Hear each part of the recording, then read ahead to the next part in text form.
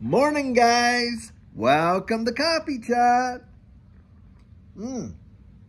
Wow, guys, just actually take a look at the steam. I was going to put it down, but just take a look at the steam. I don't know if you can see it there. It's kind of cool this morning, even though it's beautifully sunny. And I'll tell you what, just look at all the color on the trees. I absolutely love that. Now, here in Texas, we don't get much of a winter in comparison to what we had there in Canada and stuff like that, but we do get the seasons, to be sure. And it is some beautiful. Fall is one of my most favorite seasons for all the colors and everything like that. Is truly just amazing. And of course, you know, you're getting into these holidays like we just celebrated Thanksgiving and next Christmas and on and on. So amazingly fantastic time of the year, at least as far as I'm concerned.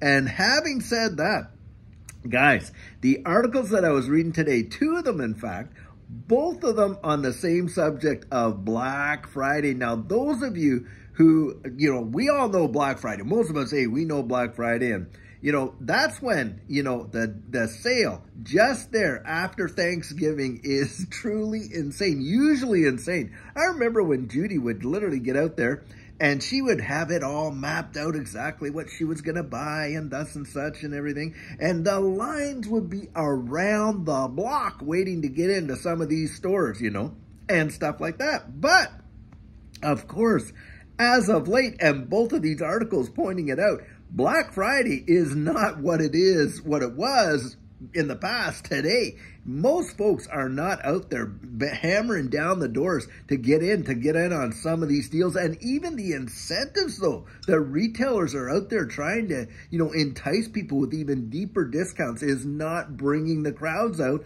like it once did. And boy, does that speak volumes, doesn't it? Because people don't have that kind of cash that they're willing to go out there, or the ability to put it on credit, right? Go out there and buy what they used to buy in the past. And people are really tightening up, and retailers are certainly feeling the pinch. That is for sure.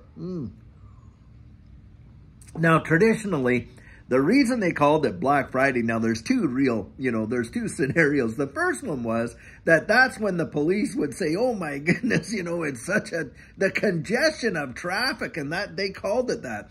But, you know, the other avenue is, and this is coming from the tax side, of course, and the accounting side, is that, you know, most of the year, a lot of these, you know, retailers are in the red, right? You know, because they haven't yet met their profit quotas and stuff like that. And then by Black Friday, then they get into the black, right? When you go from the red ink to the black link on the ledgers to show that, man, finally we're in the profit.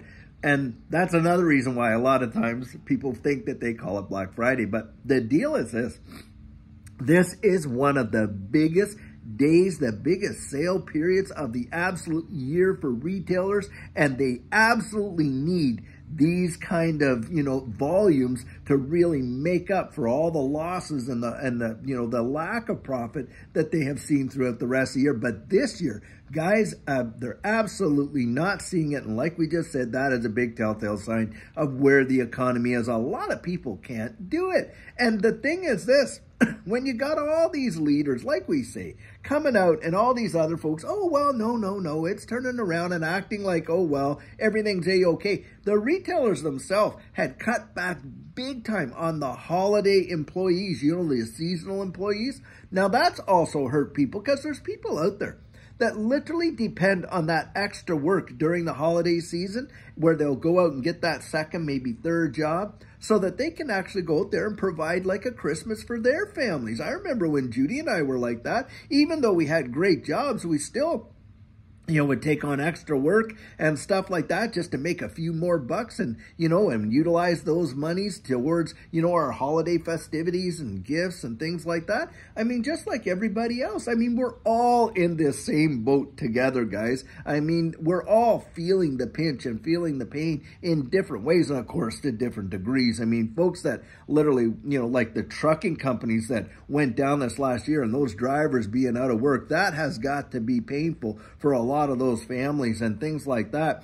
And just yesterday, you know, we're talking about Thanksgiving and how it's even difficult for people to put a Thanksgiving dinner on the table like they did in years past. And, you know, when you feel that kind of hurt for a good while, boy, the level of frustration and discouragement and anger starts to build, doesn't it?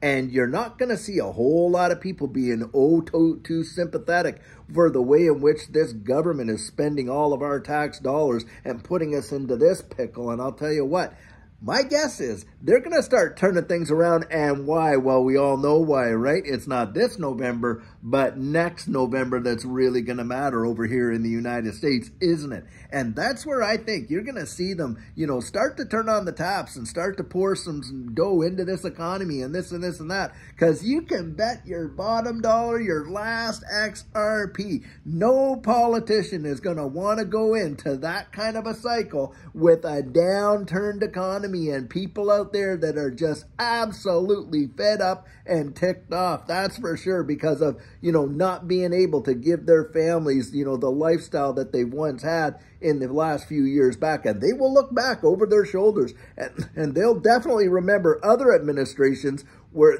they were doing really, really well. That is for sure. Boy, I'll tell you.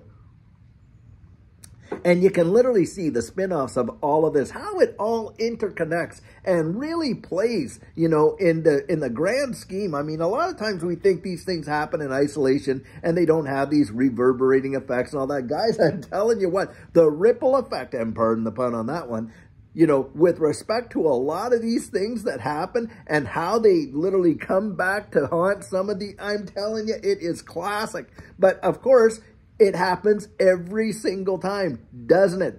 I mean, you can almost read the script of what's coming next because we've been here before. Every single 4 years that we've gone through this, you get to these stages and it's the same old song and dance, the promises that come out galore of what's going to happen and how they're going to do it and how life is going to be better for you when you know, if you go this way or you go that, it's going to be way, way better. And is it any better? Guys, in my estimation, doesn't matter what the administration is, usually it's not too much better than it was before. And in fact, not one administration has reduced the spending and the debt, really. No, every single one, the debt, the balance sheet's going up. It's a never, ever plan. And the deal is this, they're literally driving us towards an absolute implosion for this current fiat system. That is a fact.